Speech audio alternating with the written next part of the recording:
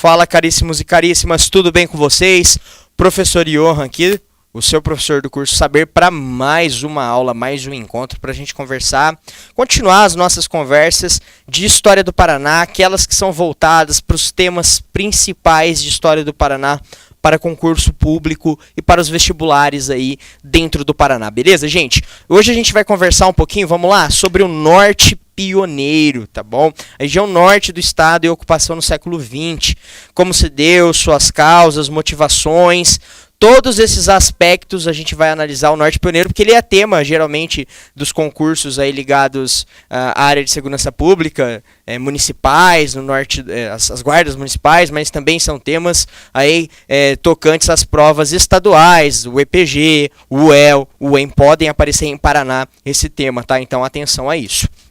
Vamos lá, gente. Seguinte.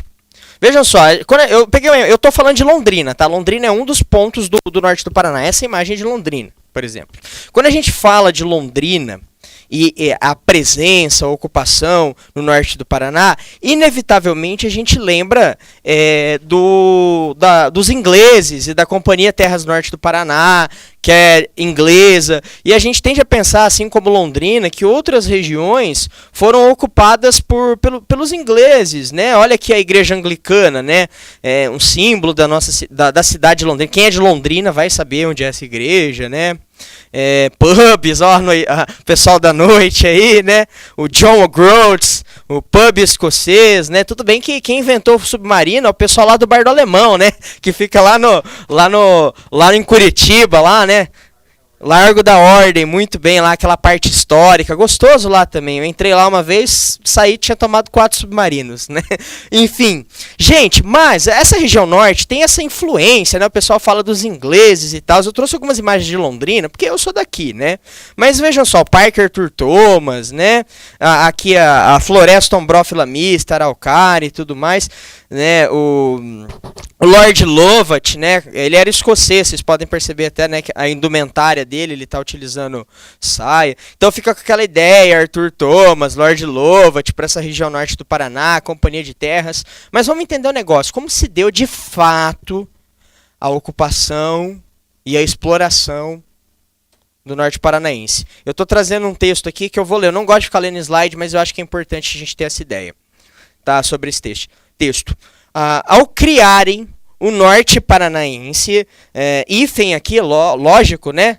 Ou o cidadão norte paranaense, como um personagem diferente e especial, e é que um dos elementos essenciais do discurso do norte do Paraná. O fizeram afirmando que a terra está, atenção a isso, vazia, quando criaram a ideia do norte paranaense e do norte do Paraná, ou seja, quando criaram a concepção, né, de que construíram essa região, como que ela estava?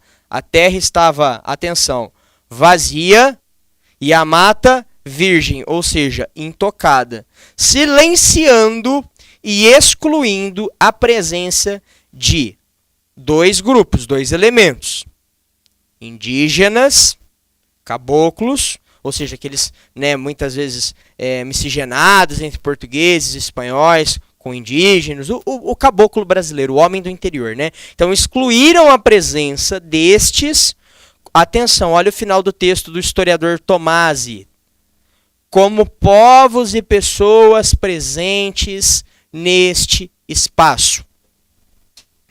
Vamos refletir agora.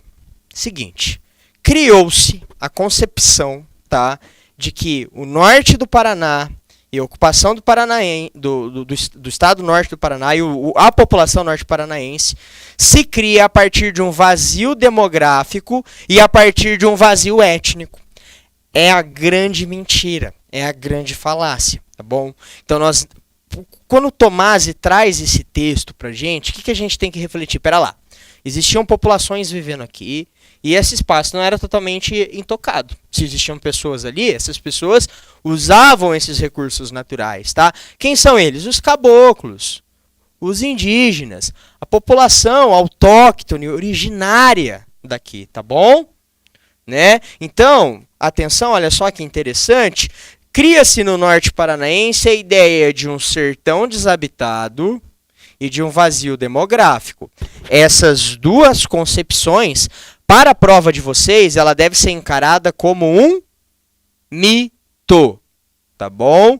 Isso é uma construção, né? É do imaginário, tá? Não diz respeito à realidade, porque nós já tínhamos a presença dos indígenas, e não só de indígenas, gente, de outras pessoas que viviam nessa região, tá? Então, pensando essa perspectiva aqui, tá? A gente já vai resolver uma questão, já vai para a prática, tá bom? Questão aqui, então. A narrativa, né, oficial da história do norte do Paraná afirma que... faltou aqui, deixa eu colocar um outro aqui. A narrativa oficial, entre aspas, né, da história do norte do Paraná afirma que, de baixo para cima, o Tratado de Madrid, celebrado em 1751, levou ao processo de industrialização da região norte do estado. Gente, atenção, o Tratado de Madrid, ele existiu, e a função do Tratado de Madrid era qual? Simplesmente definir territórios, tá, entre a colônia ultramarina portuguesa e a colônia ultramarina espanhola. Beleza? Essa é a função do Tratado de Madrid. O Tratado de Madrid não tem nada a ver com a industrialização. Professor, mas a industrialização não veio no século XVIII? Ela vem no século XVIII, só que ela vem na Inglaterra, depois ela vai para a Europa Ocidental. Vamos pensar Paraná? Paraná se industrializa depois do século XX. Estamos 300 anos atrasados na industrialização. Então não tem relação a de Tratado de Madrid com industrialização, nada a ver. Ainda mais industrialização do norte paranaense. Então posso eliminar D, professor? Pode eliminar D. O sertão desabitado é uma narrativa mítica, tá, da ocupação do norte paranaense. Então vamos ler a pergunta de novo. A narrativa oficial da história do norte do Paraná afirma que... Aqui a gente está desmentindo o que a narrativa oficial afirma. Porque aqui está falando assim, ó, o sertão desabitado é uma narrativa mítica da ocupação no norte paranaense. Tá certo, é uma narrativa mítica, como eu acabei de mostrar para vocês. Ó, o texto do historiador do Tomasi. Na verdade, já tínhamos presenças, além da chegada dos imigrantes ou dos ingleses para lotear o espaço, tá? Então a gente pode eliminar essa também, porque ela está trazendo a verdade, mas ela não é a narrativa mítica. Sobra B. Norte do Paraná foi ocupado, atenção, explorado e colonizado pelos imigrantes.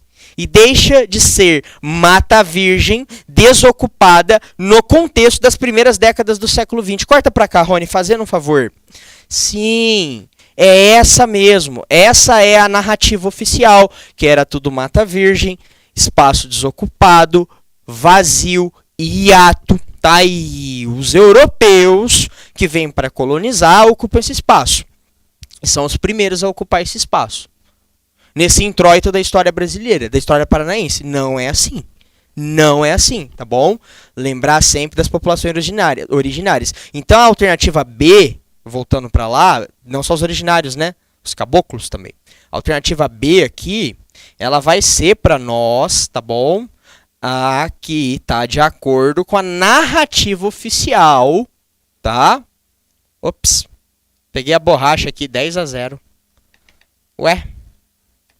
Pera aí, gente, voltou a caneta. Então a B é a alternativa correta para nós, ela vai de encontro com a narrativa. Só pra gente matar aqui, o quadrante norte paranaense era integralmente virgem na totalidade do território. Então, gente, né, a narrativa oficial, ela afirmava o quê? Que ela era virgem e desocupada, né? Então ela não era só virgem, essa é a narrativa oficial. Território virgem, vazio e desocupado com ausência de população. E é mentira, tá? É aí que pega a gente, porque muita gente pode colocar A como certo, falar, não, o quadrante, o espaço norte paranaense era virgem, era essa narrativa oficial, mas ela tá incompleta. A narrativa oficial deve ser pensada na não presença de população lá, beleza? Eu fiquei repetindo igual um papagaio isso, que é para vocês pegarem essa ideia, tá bom? Então, meus queridos, outro ponto importante, já que a gente resolveu o exercício, e eu quebrei a primeira grande narrativa de prova. Gente, é batata, as provas adoram cobrar isso. Meu, a questão da ocupação do norte paranaense. E agora você já entendeu, tá? Mas então, quem que são, antes dos imigrantes, além desses originários? Gente, a Companhia de Terras Norte do Paraná, ela veio, atenção, lotear esse território para vender para os imigrantes. Tá certo isso. Ah, mas meu avô veio da Itália, meu bisavô veio da Alemanha ali para Cascavel, né? Ó, Cascavel eu já fui longe demais, né? Veio para Umuarama ali, veio para Cambé. Tá, tudo bem, não estou falando que não teve a imigração, mas nós não podemos descartar, e isso é um tema importante, a presença de população já originária e pessoas que fizeram um processo não de imigração, atenção, mas de migração interna dentro do nosso território. Mineiros, paulistas, nordestinos, muitos destes que trabalharam na Companhia de Terras, companhia esta inglesa, para fazer o quê? Né? A preparação do negócio imobiliário. Por que negócio imobiliário? Você pensa em negócio imobiliário, você pensa em grandes prédios. Não. Lotear uma área é um negócio imobiliário. Que trabalharam na preparação desse negócio imobiliário para o quê? Para posteriormente vender. Não é mesmo? Então essas pessoas, às vezes filhos de ex-escravos e tudo mais, fazem parte, compõem os grupos que tiveram presentes também no fruir, digamos assim, do processo comercial da Companhia de Terras, antes da chegada dos imigrantes, tá bom? Então é sempre importante a gente ter essa noção apurada sobre especificamente, tá? Sobre o século XX e a ocupação do norte paranaense. Veio o alemão? Veio. Veio o inglês? A questão da lenda dos ingleses. Um outro ponto que eu quero só salientar para vocês. Se você é do norte do Paraná, pois bem, eu vou te fazer um desafio, lição de casa. Me fala um amigo seu que o avô ou bisavô é inglês e viveu aqui. Não estou falando de inglês da Inglaterra. E viveu aqui. Você não vai encontrar. Sabe por quê? Porque os ingleses vieram lotear esse espaço. Eles não vieram o quê? Ocupar esse espaço. Tá bem, gente? Então era isso que eu queria conversar agora com vocês. Ó, beijo no coração. Coraçãozinho aqui pra vocês, tá? Ó, forte abraço do prof. E a gente se encontra na próxima aula para continuar falando um pouco mais sobre o norte do Paraná. Tá bom? Abraço, gente. Fui!